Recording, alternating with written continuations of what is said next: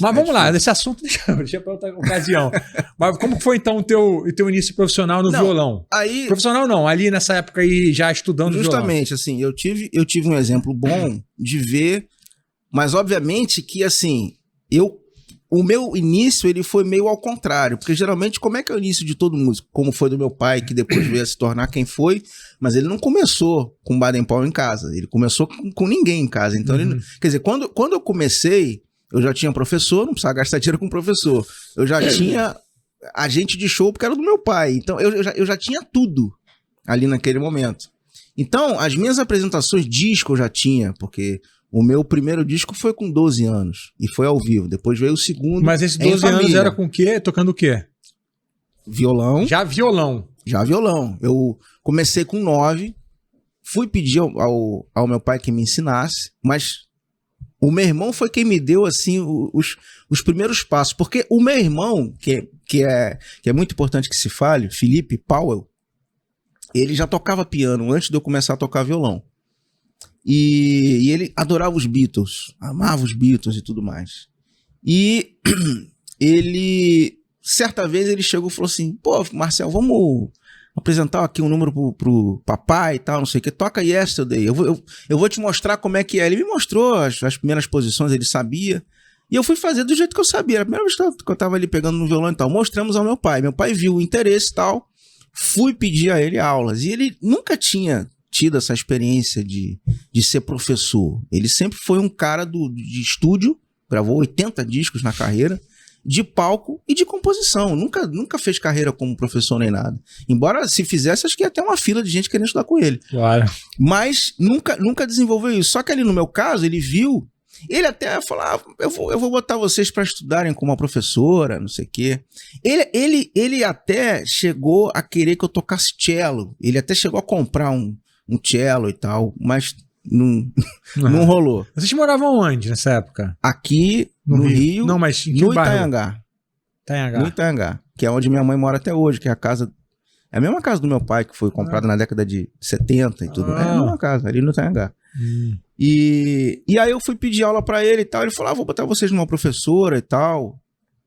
Eu falei, não, pai, a gente quer estudar com você e tal. Aí ele não tem muita paciência, mas ao mesmo tempo que ele disse essa coisa de não ter paciência, ele também não queria deixar a coisa solta, porque ele era aquele cara meio perfeccionista, que né, queria ter o controle ali da coisa toda. Como é que eu vou ensinar pro meu filho, né, e tal.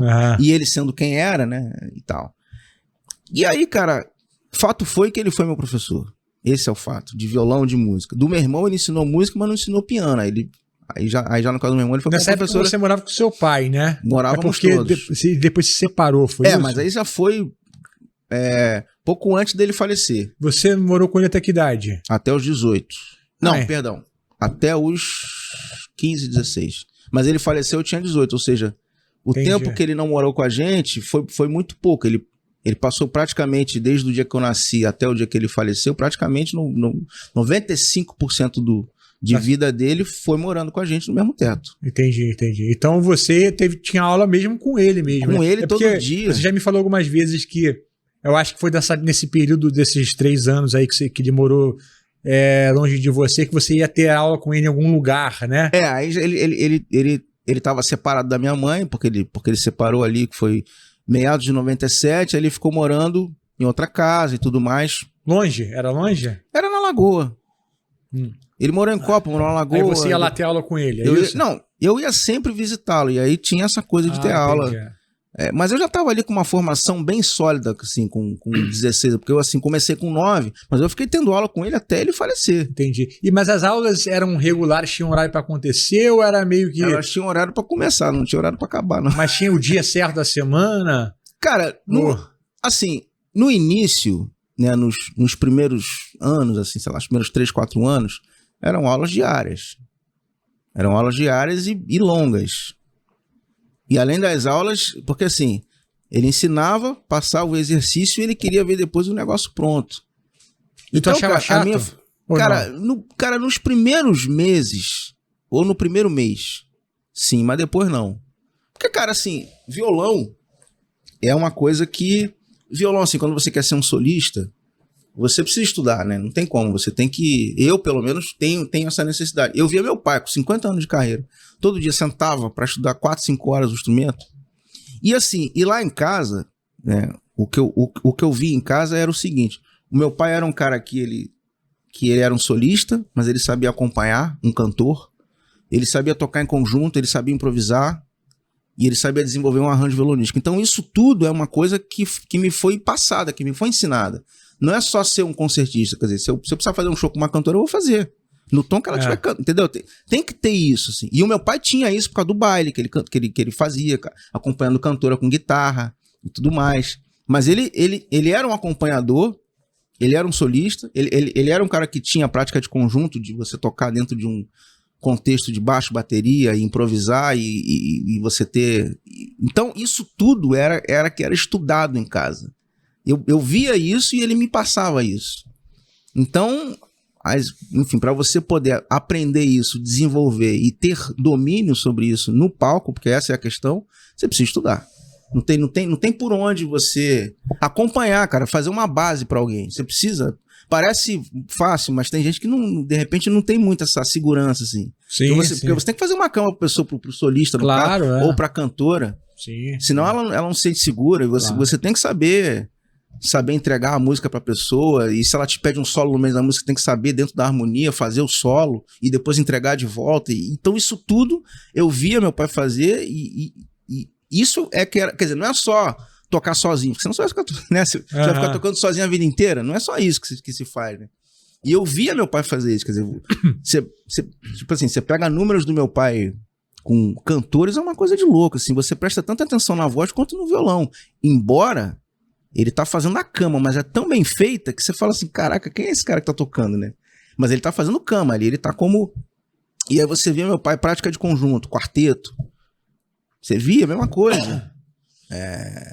E aí você via ele como solista, né, palco sozinho também. Então, são contextos diferentes que demandam horas de estudo para você poder dominar. E manter isso, porque depois, assim, você aprende, né? E aí depois você tem que manter.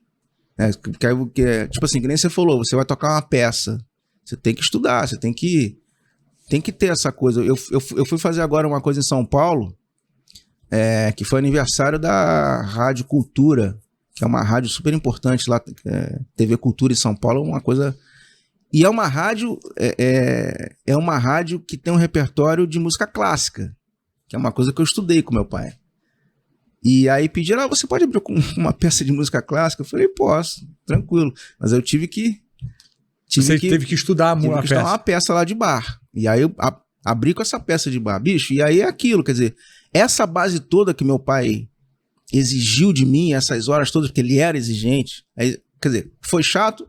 Foi nas 3 primeiras semanas, pô, tem que ficar aqui 3, 4, mas depois eu fui entendendo, porque assim, como eu sempre fui muito de ouvir música de uma forma, porque assim, quando eu ouço música, me causa uma coisa que é algo que eu não sei explicar, uma coisa, peraí, deixa eu ouvir aqui. Eu ouço música o tempo todo, é um negócio louco assim. E aí eu falava assim, cara, e eu sempre fui muito de ouvir meu pai, né? Hoje em dia eu ouço muitas outras coisas, mas nessa época eu ouvia muito meu pai. E eu falava assim, cara, eu quero conseguir fazer isso. E aí eu fui entendendo que para eu conseguir fazer isso, quer dizer, você tem o talento, ok, mas o talento precisa ser desenvolvido. Claro. Não adianta você ter talento e não desenvolver. Então eu entendi que para que eu consiga fazer algo assim, eu precisava estudar. E eu tinha ali o meu professor que era... E ele cobrava, bicho. Era aquela coisa de cobrança mesmo, assim. E não me fez mal.